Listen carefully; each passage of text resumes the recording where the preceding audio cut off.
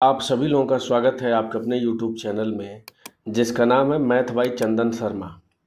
आज का जो पेपर है वो है आरआरसी ग्रुप डी का, जो कि 29 अगस्त 2022 को ये पेपर हुआ था। फर्स्ट शिफ्ट का ये पेपर है।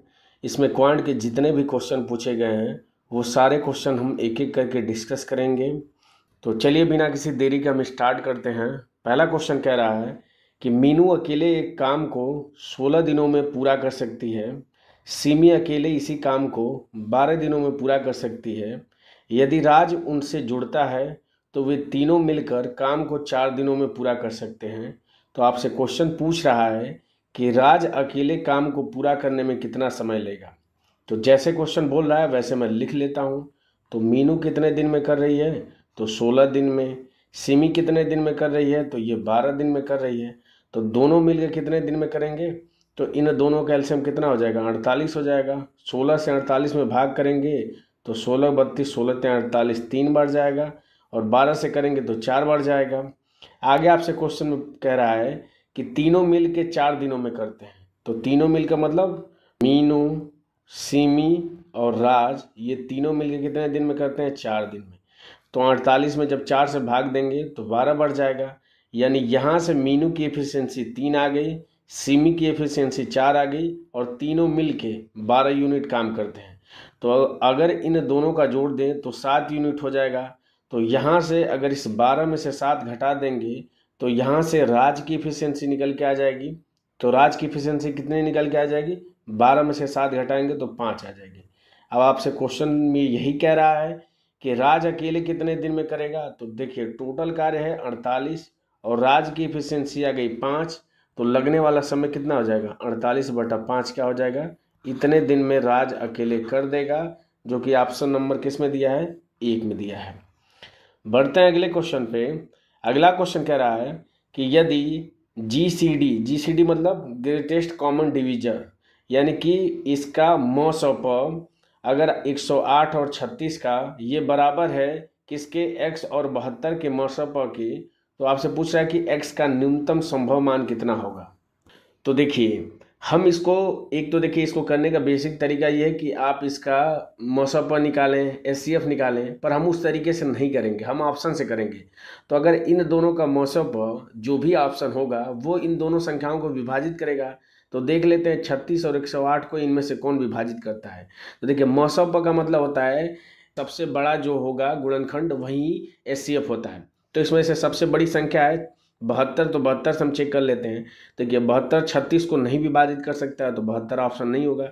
24 भी 36 को विभाजित नहीं कर सकता है तो 24 भी नहीं होगा।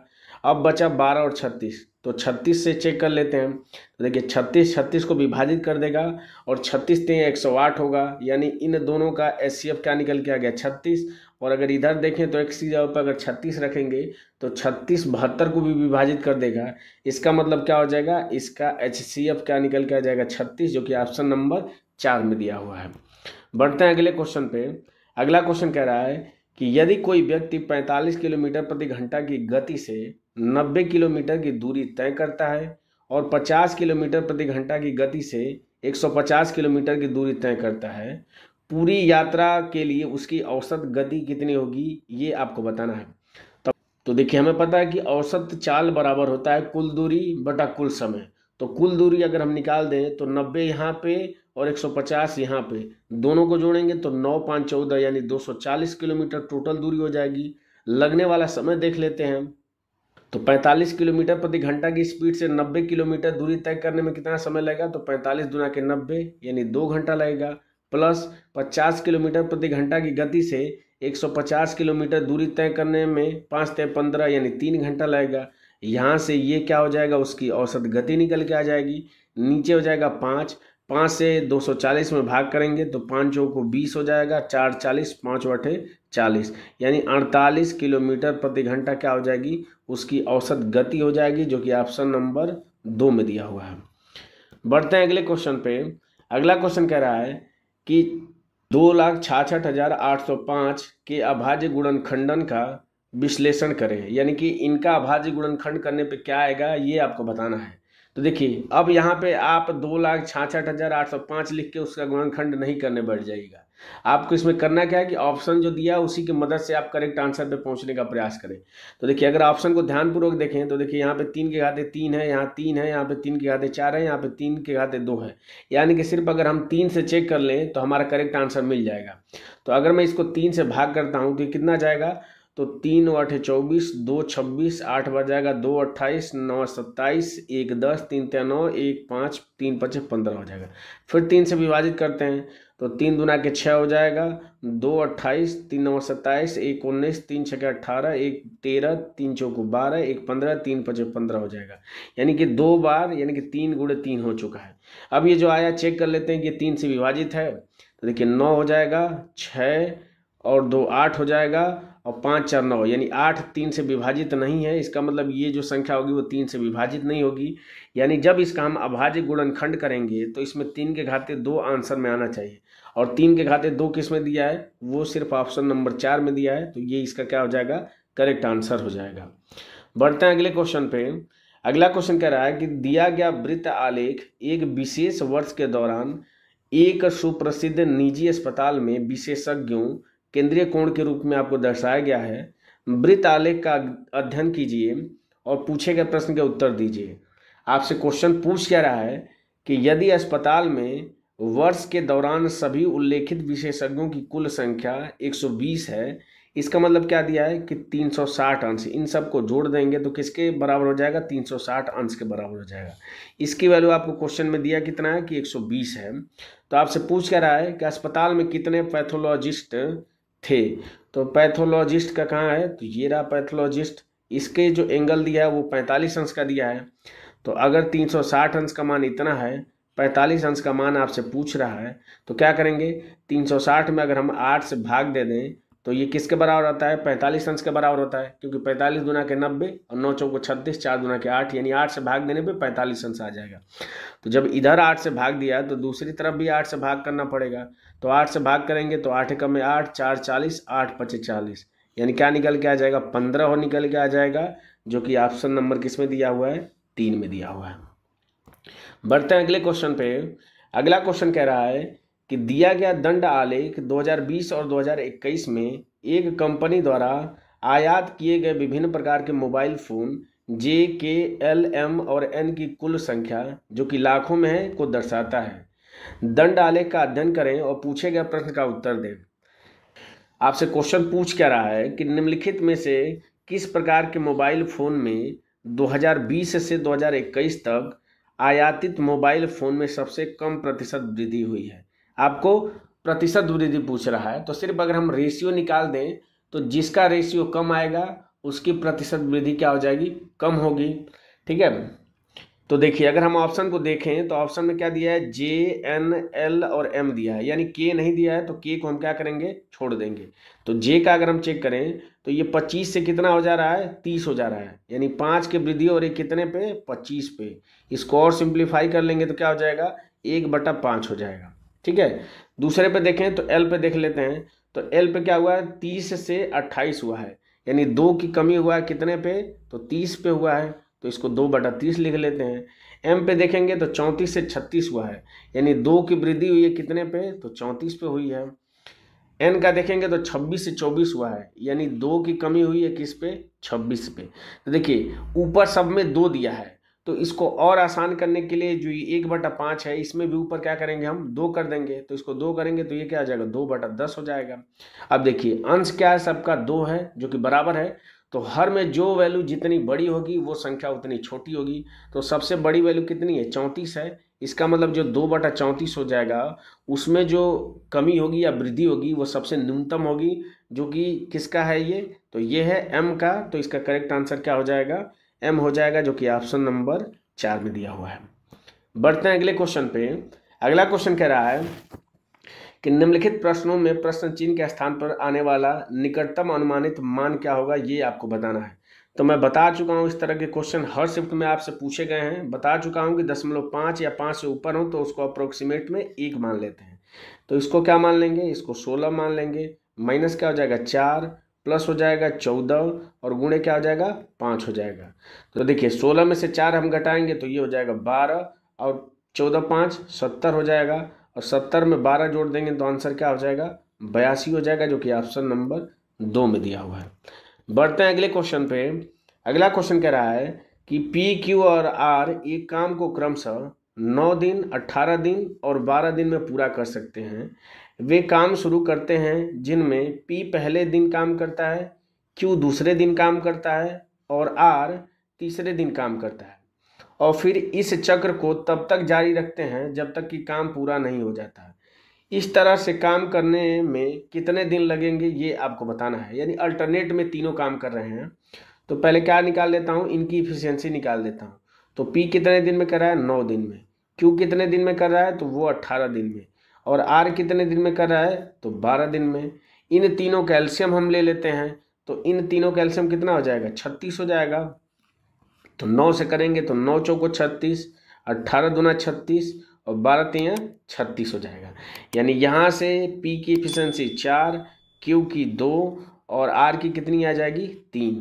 तो यहाँ से अगर हम P, Q और R तीनों की संयुक्त एफिशिएंसी अगर हम निकाल दें तो 3 2 5 और 4 कितना हो जाएगा 9 आ जाएगा। अब ये 9 यूनिट का काम कर कितने रहे हैं तो ये 3 दिनों में कर रहे हैं, क्योंकि आपसे क्वेश्चन में दिया है कि पहले दिन P, दूसरे दिन Q और तीसरे दिन R कर रहा है। तो 9 यूनिट का काम अगर ये 3 दिन में कर रहे हैं तो टोटल जो कार्य है वो 36 यूनिट है। तो कितना दिन लगेगा तो देखिए 9 का 4 गुना 36 है, तो जब इधर 4 गुना कर रहे हैं तो इसे 3 का भी 4 गुना करना पड़ेगा। तो जब 3 का 4 गुना करेंगे तो कितना दिन लगेगा 12 दिन लगेगा टोटल, जो कि ऑप्शन नंबर 2 में दिया हुआ है। बढ़ते हैं अगले क्वेश्चन पे। अगला क्वेश्चन कह रहा है कि एक बेईमान दुकानदार 95 रुपये प्रति किलोग्राम की कीमत पर चावल बेचने का दावा करता है, लेकिन वह जिस बाट का उपयोग करता है उस पर 1 किलोग्राम लिखा है, जबकि वास्तव में उसका जो वजन है वो 950 ग्राम होता है। तो आपसे कह रहा है कि 100 किलोग्राम चावल के वास्तविक वजन को बेचने पर उसे कितने रुपए का लाभ होगा, ये आपसे पूछ रहा है। तो देखिए कह रहा है कि 95 रुपये प्रति किलोग्राम में बेचने का दावा करता है। इसका मतलब क्या है कि वो 95 रुपये में खरीद के लाया है और कह रहा है कि 95 में बेच ही रहा हूँ, यानी कि मुझे 1 भी रुपये का फायदा नहीं हो रहा है।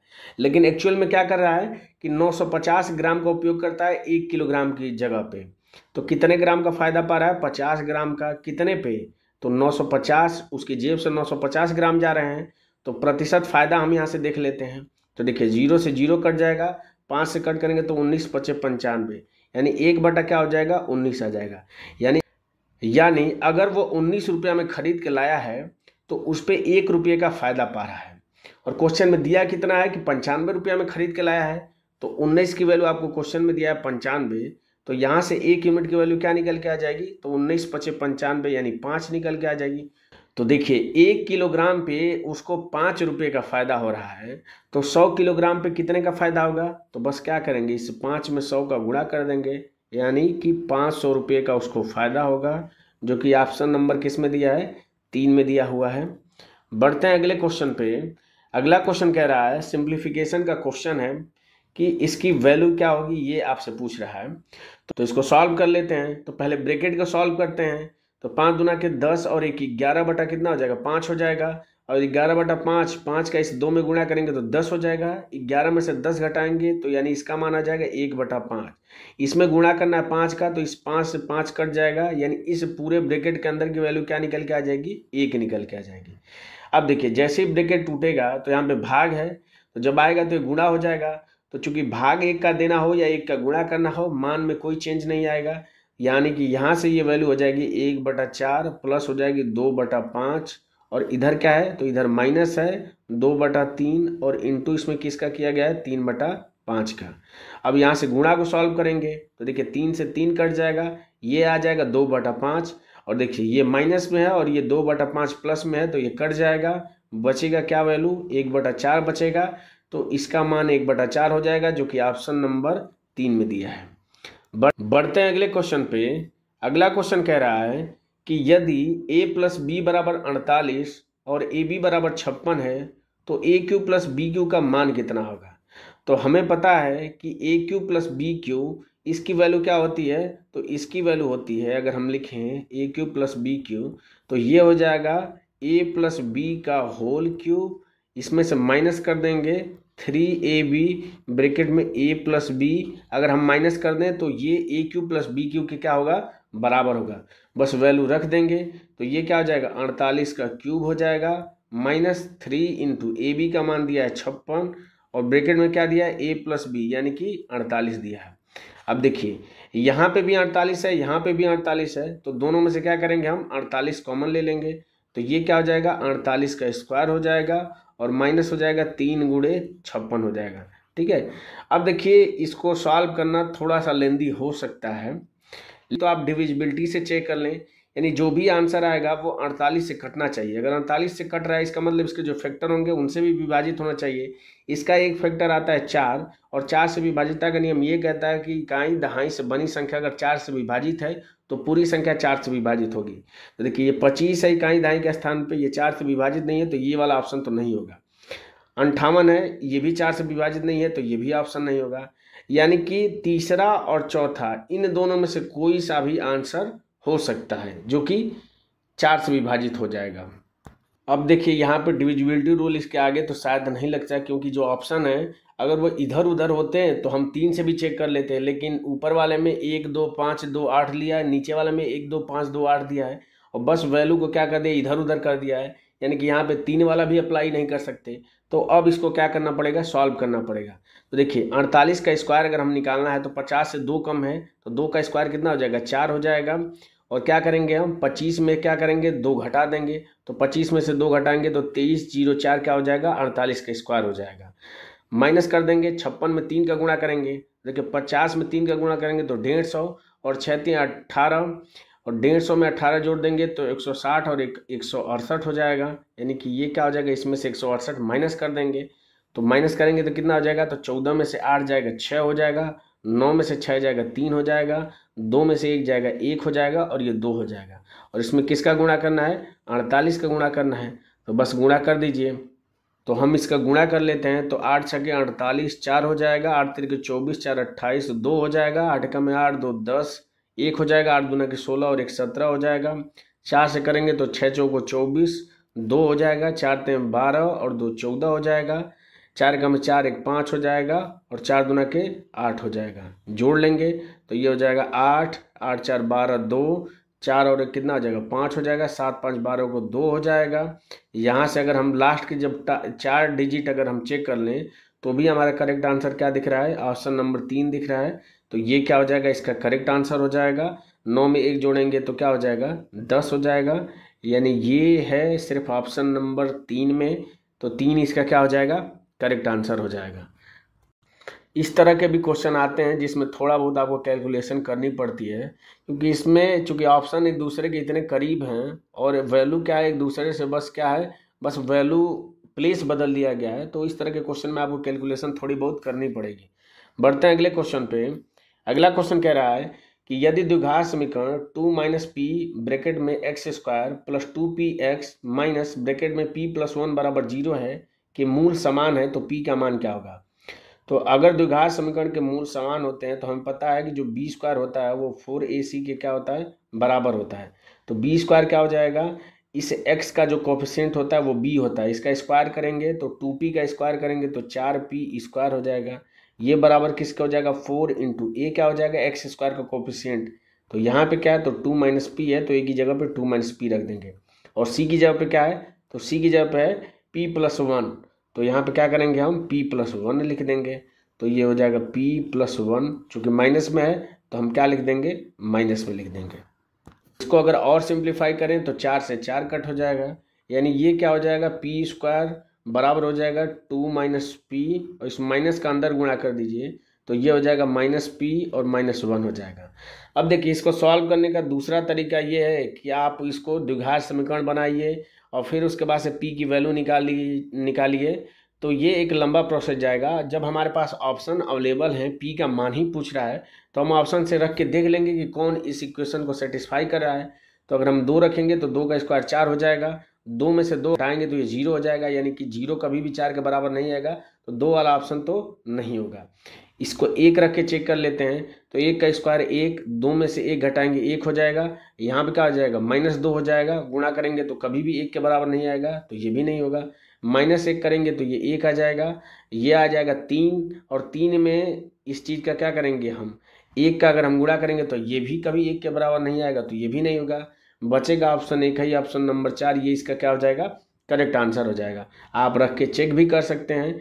तो -2 का स्क्वायर करेंगे तो 4 हो जाएगा, और 2 माइनस पी, तो माइनस माइनस प्लस हो जाएगा, 2 और 2 कितना हो जाएगा, 4 हो जाएगा, इंटू कितना हो जाएगा, -p-1, तो माइनस माइनस कितना हो जाएगा, +2 हो जाएगा, -1, तो 2 में से 1 घटाएंगे 1, 4 में 1 का गुणा करेंगे 4, यानी कि 4 बराबर किसके आ रहा है, 4। इसका मतलब ऑप्शन नंबर 4 इसको सेटिस्फाई कर रहा है। तो इसका मतलब इसका करेक्ट आंसर क्या हो जाएगा, -2, जो कि ऑप्शन नंबर 4 में दिया हुआ है। बढ़ते हैं अगले क्वेश्चन पे। अगला क्वेश्चन कह रहा है कि द्विघात समीकरण 7x² + 28x + 1 = 0 के मूलों का योग कितना होगा, ये आपको बताना है। तो द्विघात समीकरण के मूलों का योग, यानी कि अगर इसके मूल अल्फा और बीटा हैं तो इस मूलों का योग होता है -b/a होता है। और ये क्या होता है, अगर द्विघात समीकरण ax² + bx + c = 0 है तो यहाँ से -b/a होता है। b क्या है, x का कोफिशिएंट है, a क्या है, x² का कोफिशिएंट है।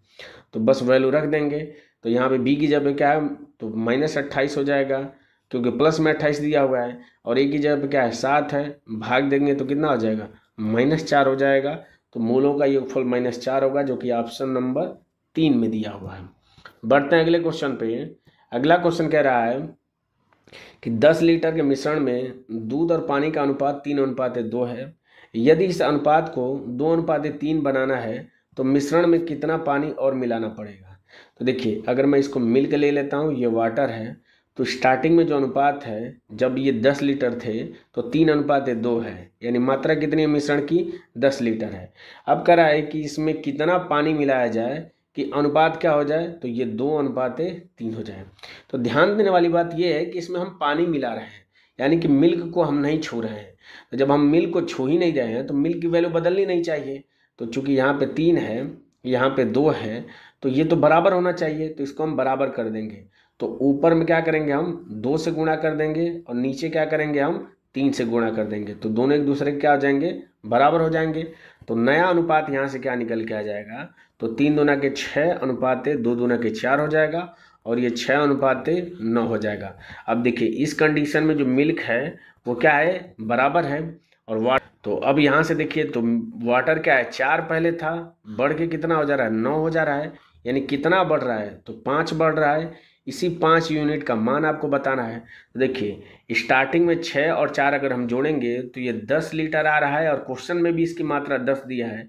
तो जब क्वेश्चन में इसकी मात्रा 10 दिया है तो यहाँ पे 5 बढ़ रहा है, तो इसका मतलब कितने लीटर पानी मिलाना पड़ेगा, 5 लीटर पानी मिलाना पड़ेगा।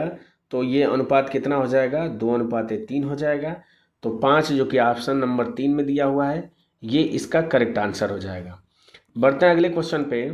अगला क्वेश्चन कह रहा है, इस तरह के भी क्वेश्चन हर शिफ्ट में आपके पूछे जा रहे हैं। तो इस तरह के जो क्वेश्चन हैं उनके पीछे का जो कॉन्सेप्ट है मैं सिखा चुका हूँ। अगर आपको नहीं मालूम है तो आपको वीडियो जाके चेक कर सकते हैं। इससे रिलेटेड मैंने एक वीडियो अपलोड की हुई है। तो देखिए, कोई भी भिन्न अगर बार के रूप में प्रदर्शित है तो उसको P/Q के रूप में अगर हमें लिखना है तो क्या हम करेंगे, तो देखिए, सबसे पहले भिन्न को लिख लीजिए। तो ये हो जाएगा 4, 3, 6, 3, 6 रिपीट हो रहा है, तो 3, 6 के ऊपर कितना हो जाएगा, 12 हो जाएगा। अब इसको P/Q फॉर्म में लिखने के लिए सबसे पहले हम पूरी संख्या लिखते हैं। इसमें से क्या करेंगे, जिसके ऊपर बार नहीं होता उसको घटा देते हैं, और डिवाइडेड बाई जितने के ऊपर बार होता है उतनी बार 9, और जितने के ऊपर बार नहीं होता उतनी बार 0 रखते हैं। तो चूंकि 4 एक संख्या के ऊपर बार नहीं है तो एक बार 0 रख दिया है। इसको सिंप्लीफाई करेंगे तो ऊपर 432 हो जाएगा, और नीचे क्या आ जाएगा, 990 हो जाएगा। इसको सिंप्लीफाई कर लेते हैं, तो 2 से कट करेंगे तो कितना आ जाएगा, 2 दूने के 4, 2 कम में 2, 1 12, 2 6 12 हो जाएगा, 2 चौको 8, 2 9 18, 1 10, 2 बचे 10 हो जाएगा। अब देख लेते हैं किससे, 2 से तो नहीं कटेगा क्योंकि 95 में 5 आ गया। 3 से देख लेते हैं, तो 3 से 7 21, 3 दूना के 6, इसको 3 से कट करेंगे तो 3 कम में 3, 1 18, 3 6 18, 1 15, 3 बचे 15 हो जाएगा।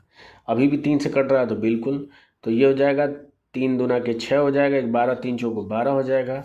इसको करेंगे तो 3 पचे 15, 1 15, 3 पचे 15, ऑप्शन नंबर 4 में दिया हुआ है। बढ़ते हैं अगले क्वेश्चन पे।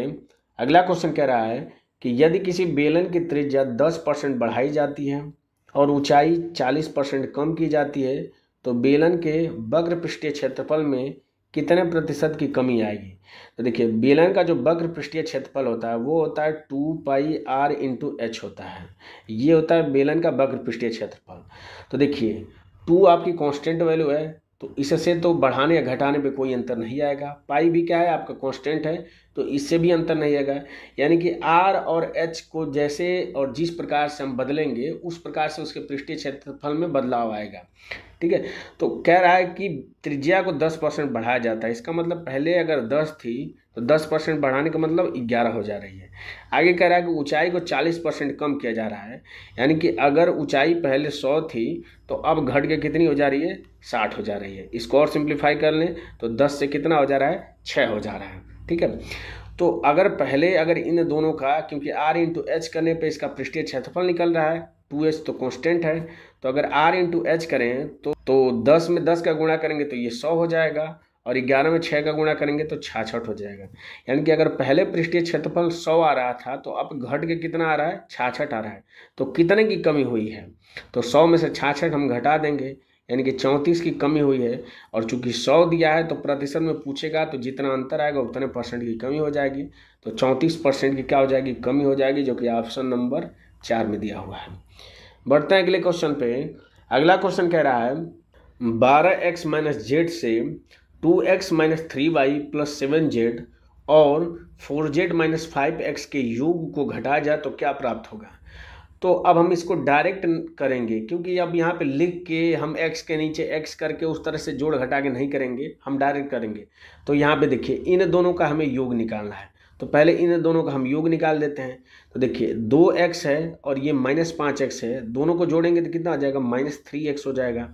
अब इसमें से घटाना है, तो देखिए 12x है और जब घटाएंगे यहाँ पे तो ये माइनस माइनस कितना हो जाएगा, प्लस हो जाएगा। तो 12 में कितना 3 जुड़ जाएगा, तो 12 और 3 15x आना चाहिए आंसर में। तो देख लेते हैं किस में 15x दिया है। तो पहले वाले में नहीं दिया तो ये नहीं होगा, दूसरे में भी नहीं दिया है, तीसरे में भी नहीं दिया है, चौथे में दिया है 15x। तो बाकी y और z को चेक नहीं करेंगे, ये हमारा क्या हो जाएगा, करेक्ट आंसर हो जाएगा। बढ़ते हैं अगले क्वेश्चन पे। अगला क्वेश्चन दिया है कि नीचे दी गई सर्वसमीकरणों में से कौन सा सही नहीं है। नहीं दिया है, 3 फार्मूले बेसिक होते हैं, उसी फार्मूले पे पूछा है। पहला होता है sin² थीटा + cos² थीटा, ये बराबर होता है 1 के। दूसरा फार्मूला होता है 1 + tan² थीटा, ये बराबर किसके होता है, तो sec² थीटा के क्या होता है, बराबर होता है। तीसरा होता है 1 + cot² थीटा, ये बराबर किसके होता है, तो cosec² थीटा के क्या होता है, बराबर होता है। बस इन तीनों में से हम देख लेंगे किस में है ये। तो देखिए इस कॉट को उधर लेके जाएंगे तो 1 + cot² थीटा cosec² थीटा के बराबर है, तो ये तो सही है। तो ये तो नहीं होगा क्योंकि नहीं पूछ रहा है।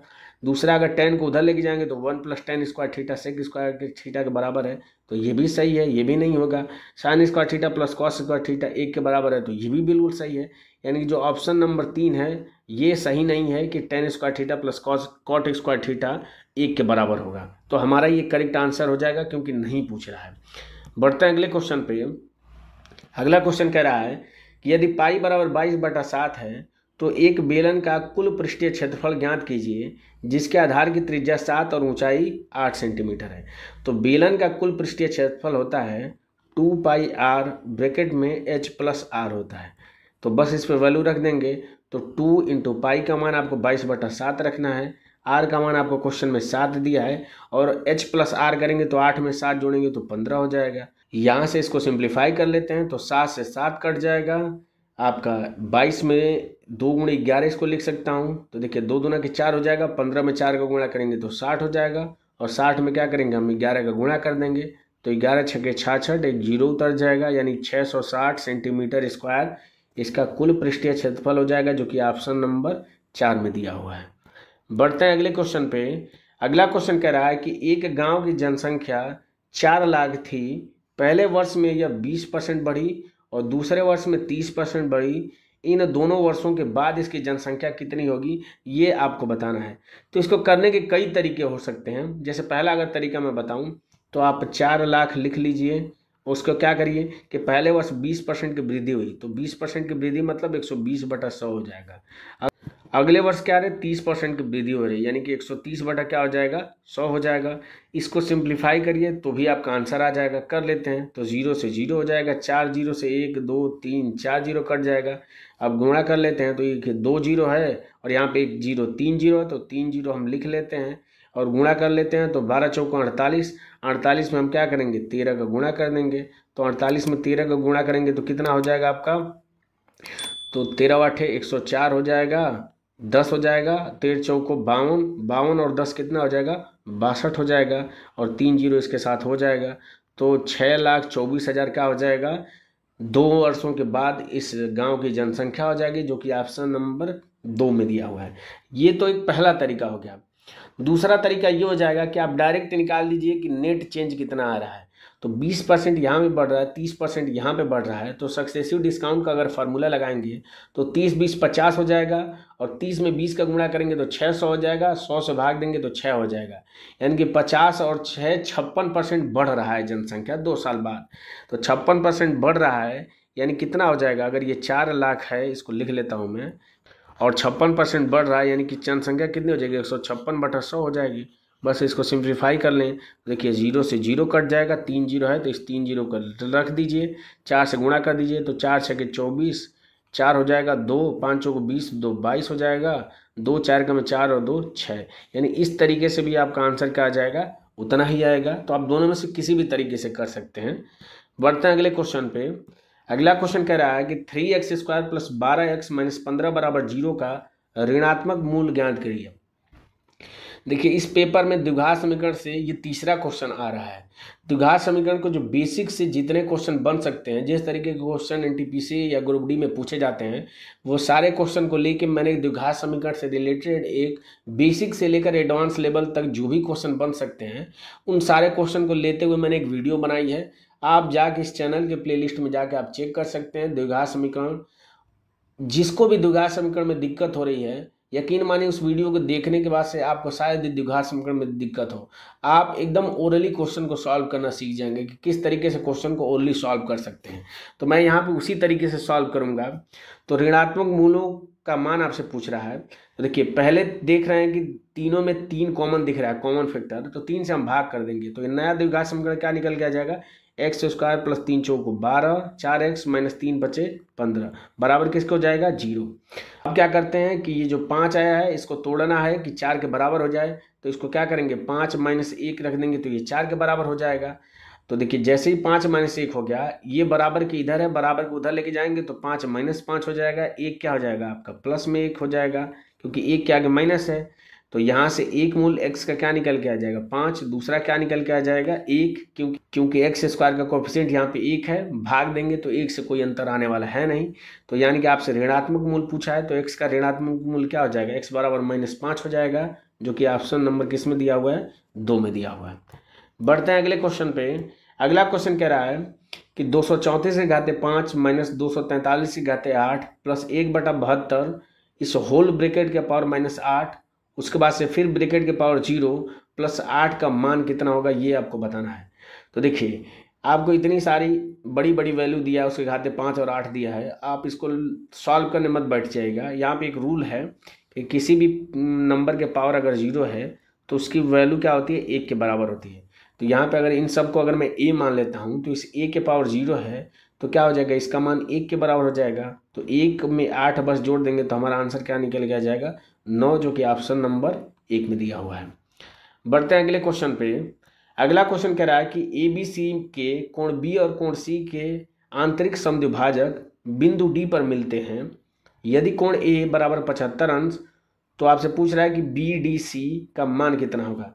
देखिए इसके लिए डायरेक्ट फार्मूला होता है, वो होता है 90 प्लस कोण A डिवाइडेड बाई क्या हो जाता है 2 हो जाता है। बस इस पर रख दीजिए तो 90 और प्लस 75 का आधा करेंगे तो 37 दूना के 74 यानी 37.5 आ जाएगा। इसको जोड़ देंगे तो इस 37 में से 10 निकाल देंगे तो ये 100 हो जाएगा, और इसमें से 10 निकालेंगे तो 27.5 हो जाएगा, यानी 127.5 क्या हो जाएगा, इसका आंसर हो जाएगा, जो कि ऑप्शन नंबर 4 में दिया हुआ है। अब देखिए इस क्वेश्चन के पीछे का जो लॉजिक है मैं समझा देता हूँ। जैसे मान लीजिए ये त्रिभुज है आपका, ये मान लीजिए ए है, ये बी है, ये सी है। इस कोण बी और कोण सी इन दोनों का समद्विभाजक जो है ये मान लीजिए कोण डी पे मिलता है यहाँ पे। तो इस कोण का मान आपसे पूछ रहा है, अगर आपको दिया है इस कोण का मान 75 अंश, तो इसके लिए डायरेक्ट फार्मूला ये होता है इस कोण डी का मान निकालने के लिए। ठीक है, अगर मान लीजिए आपको ये फार्मूला नहीं मालूम है तो भी आप निकाल सकते हैं इस क्वेश्चन को। ठीक है, क्यों, कैसे निकाल सकते हैं आप देखिए। तो देखिए हमें पता है कि त्रिभुज के तीनों अंतःकोणों का मान क्या होता है, 180 अंश के बराबर होता है। तो देखिए अगर ये कोण 75 अंश है तो इस ए बी सी में इन दोनों कोणों का मान किसके बराबर हो जाएगा, तो 180 में से हम क्या करेंगे 75 घटा देंगे। तो 180 में से 75 घटा देंगे तो 105 अंश के क्या हो जाएगा, बराबर हो जाएगा इन दोनों कोणों का मान। चूंकि अगर इस अंदर वाले त्रिभुज को अगर हम लेते हैं तो ये जो दोनों कोण है इनके समद्विभाजक हैं, यानी इन दोनों के आधे के बराबर होंगे। तो 105 का अगर हम आधा कर देंगे तो कितना हो जाएगा ये, तो ये हो जाएगा 2 पचे 10, 2 दूनी के 4, 1 10, 2 पचे 10, यानी कि 52 कितना हो जाएगा, ये 5 हो जाएगा। तो अब इन दोनों कोणों का योग अगर 52.5 आ गया है और त्रिभुज के तीनों अंतःकोणों का मान 180 अंश होता है, तो भी अगर 180 में से 52.5 हम घटा देंगे तो आंसर कितना आएगा, 127.5 आएगा। तो अगर आपको फार्मूला नहीं मालूम है तो आप इस तरीके से भी कर सकते हैं। देखिए मेन मोटिव जो है वो आपके करेक्ट आंसर आना चाहिए, समय थोड़ा सा लग जाए क्योंकि ग्रुप डी में चाहे एनटीपीसी में आपके पास पर्याप्त समय है। तो अगर समय लग जाता है पर आपका आंसर अगर करेक्ट आता है तो इससे बेहतर कुछ नहीं है। बढ़ते हैं अगले क्वेश्चन पे। अगला क्वेश्चन कह रहा है कि यदि टी धनराशि को दर्शाता है, एम जो है वर्षों की संख्या को दर्शाता है और पी जो है वो ब्याज को दर्शाता है, तो पूछ रहा है कि चक्रवृद्धि ब्याज इस प्रकार दिया जा सकता है।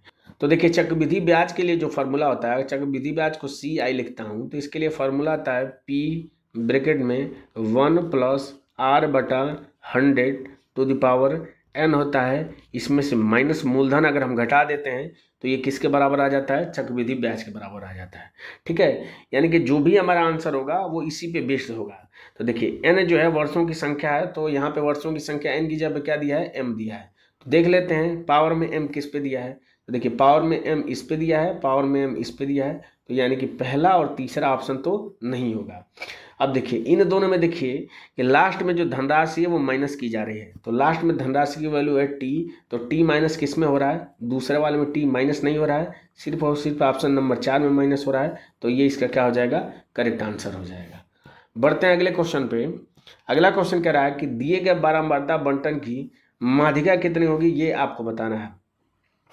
तो देखिए माध्यिका निकालने के लिए सबसे पहले आपको संचयी बारंबारता निकालनी पड़ती है। संचयी बारंबारता जिसको इंग्लिश में कॉम्युलेटिव फ्रीक्वेंसी बोलते हैं, उसको निकालने का तरीका ये होता है कि आप क्या करें, पहली वाली बारंबारता को आप लिखें, दूसरी वाली बारंबारता को उसमें जोड़ते जाएं। तो ये क्या हो जाएगा, 10 और 8 18 हो जाएगा। इसमें जोड़ेंगे तो 18 और 7 कितना हो जाएगा, 25 हो जाएगा। 25 में अगर हम 9 जोड़ेंगे तो कितना हो जाएगा, 34 हो जाएगा। और 34 में अगर हम 12 जोड़ेंगे तो 46 हो जाएगा। तो यहाँ से n की वैल्यू क्या निकल के आ गई, 46 निकल के आ गई। अब बस इसका जब आधा करेंगे तो यानी कि n/2 हम निकालेंगे तो कितना आ जाएगा, तो 46 का आधा होता है 23, यानी कि 23। अब ये 23 किस में पड़ेगा, तो देखिए 18 तक तो इसमें पड़ गया, 23 किस में पड़ेगा, इस 25 वाले में 23 पड़ेगा। तो यहाँ से क्या हो जाएगा, ये आपका मेन इंटरवल हो जाएगा जिसकी बात क्वेश्चन में कर रहा है। अब माध्यिका के लिए फार्मूला क्या होता है, यानी कि अगर मीडियन माध्यिका को m से लिखता हूँ तो इसके लिए फार्मूला होता है l प्लस ब्रैकेट में n/2 माइनस CF होता है डिवाइडेड बाई F होता है इंटू H होता है। अब ये सारी वैल्यू है क्या, तो देखिए l क्या है, इस इंटरवल की लोअर लिमिट, तो लोअर लिमिट क्या है 20 है, तो l का मान हो जाएगा 20 प्लस n/2 का मान कितना दिया है, तो 23 दिया है, माइनस CF क्या है, इसके जस्ट पहले वाली कॉम्युलेटिव फ्रीक्वेंसी जो कि 18 है, तो CF का मान क्या हो जाएगा, 18 हो जाएगा, डिवाइडेड बाई F क्या हो जाएगा, इस पर्टिकुलर इंटरवल की फ्रीक्वेंसी जो कि क्या दिया हुआ है, 7 दिया हुआ है, तो 7 हो जाएगा, इंटू H क्या हो जाएगा, इस इंटरवल के बीच का गैप, तो चूंकि सबके बीच का गैप कितना है, 10-10 का गैप है, तो H का मान कितना हो जाएगा, 10 हो जाएगा। और बस इसी को सॉल्व करना है, तो सॉल्व कर लेते हैं। तो ये हो जाएगा 20 प्लस हो जाएगा 18, अगर हम 23 में से घटाते हैं तो 2 और 3 5 हो जाएगा, 5 में 10 का गुणा करेंगे तो 50 50 बटा कितना हो जाएगा 7 हो जाएगा। 7 में 20 का गुणा करेंगे तो 140, 140 में 50 जोड़ेंगे तो 190 बटा 7 क्या निकल के आ जाएगा, इसकी माध्यिका निकल के आ जाएगी, जो कि ऑप्शन नंबर 4 में दिया हुआ है। बढ़ते हैं अगले क्वेश्चन पे। अगला क्वेश्चन कह रहा है कि यदि एक चक्रीय चतुर्भुज के विपरीत कोणों का अनुपात 3:7 है तो दोनों में से बड़े कोण का मान कितना होगा। तो देखिए चक्रीय चतुर्भुज होता क्या है, जैसे मान लीजिए कि अगर एक वृत्त है, इस वृत्त के अंदर एक चतुर्भुज बना है, तो ये चक्रीय कब कहलाएगा, जब इसके चारों शीर्ष जो होंगे वो वृत्त के किसके हो, परिधि पर स्थित हो, तो उसको चक्रीय चतुर्भुज बोला जाता है। अब इस चक्रीय चतुर्भुज की खासियत क्या होती है कि इसके जो सम्मुख कोण होते हैं, यानी कि ये आमने सामने के जो कोण होंगे, इनका योगफल क्या होगा, 180 अंश के बराबर होगा। तो आपसे कह रहा है कि विपरीत कोणों का अनुपात आपको दिया 3:7, यानी कि अगर मैं इसको 3 मानता हूं तो इसकी वैल्यू किसके बराबर दिया है, 7। अभी मैंने बताया इन दोनों का योग किसके बराबर होना चाहिए, 180 अंश के। तो 7 में 3 जोड़ेंगे तो 10, इस 10 यूनिट का मान किसके बराबर होना चाहिए, 180 अंश के बराबर होना चाहिए। आपसे पूछ कह रहा है कि दोनों में से बड़े कोण का मान, तो बड़ा कोण हमने क्या माना है 7, इस 7 का मान हमको बताना है। तो अगर 10 का मान 180 है तो 1 का मान कितना हो जाएगा, 18 हो जाएगा, दोनों तरफ से 0 हट जाएगा। 7 का मान पूछ रहा है तो बस क्या करेंगे, 18 में 7 का हम गुणा करेंगे तो 18 सत्ते 126 हो जाएगा, यानी 126 अंश, जो कि ऑप्शन नंबर 4 में दिया हुआ है। बढ़ते हैं अगले क्वेश्चन पे।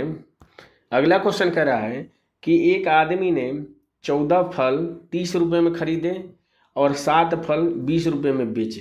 कह रहा है कि उसका लाभ प्रतिशत कितना होगा। ये इस पेपर का लास्ट क्वेश्चन है। तो देखिए जब भी इस तरह के क्वेश्चन आए तो हमेशा वस्तु को बराबर करिएगा, क्योंकि अगर आप वस्तु को बराबर कर लेंगे तो कितने रुपए में वस्तु खरीद के ले आ रहे हैं और उतनी वस्तु को कितने रुपए में आप बेच रहे हैं, वो वैल्यू साफ साफ आपको दिख जाएगी कि आपको लाभ हो रहा है कि हानि हो रहा है। तो सबसे पहले वैल्यू को बराबर करने की कोशिश करिए। तो देखिए 14 फल ला रहा है कितने रुपए में, तो 30 रुपये में ये ला रहा है, और बेच कितने रहा है, तो 7 फल बेच रहा है कितने में, 20 में। तो देखिए यहाँ पे वस्तु की वैल्यू है 14 और यहाँ पे वस्तु की वैल्यू है 7, तो इन दोनों को बराबर करेंगे। तो इसे 7 को 14 करने के लिए 2 से गुणा करेंगे, तो अगर इधर 2 से गुणा करें तो दूसरी तरफ भी 2 से गुणा करना पड़ेगा। तो देखिए 7 दूना के 14 और 20 दूना कितना हो जाएगा 40। अब देखिए जैसे ही वस्तु बराबर हो गई तो देखिए 14 वस्तु खरीद के ला रहा है 30 रुपये में और 14 वस्तु बेच कितने में रहा है, 40 रुपये में। तो उसको फायदा हो रहा है, कितने का फायदा हो रहा है, तो 10 का फायदा हो रहा है। कितने पे, तो 30 रुपये पे 10 का फायदा हो रहा है।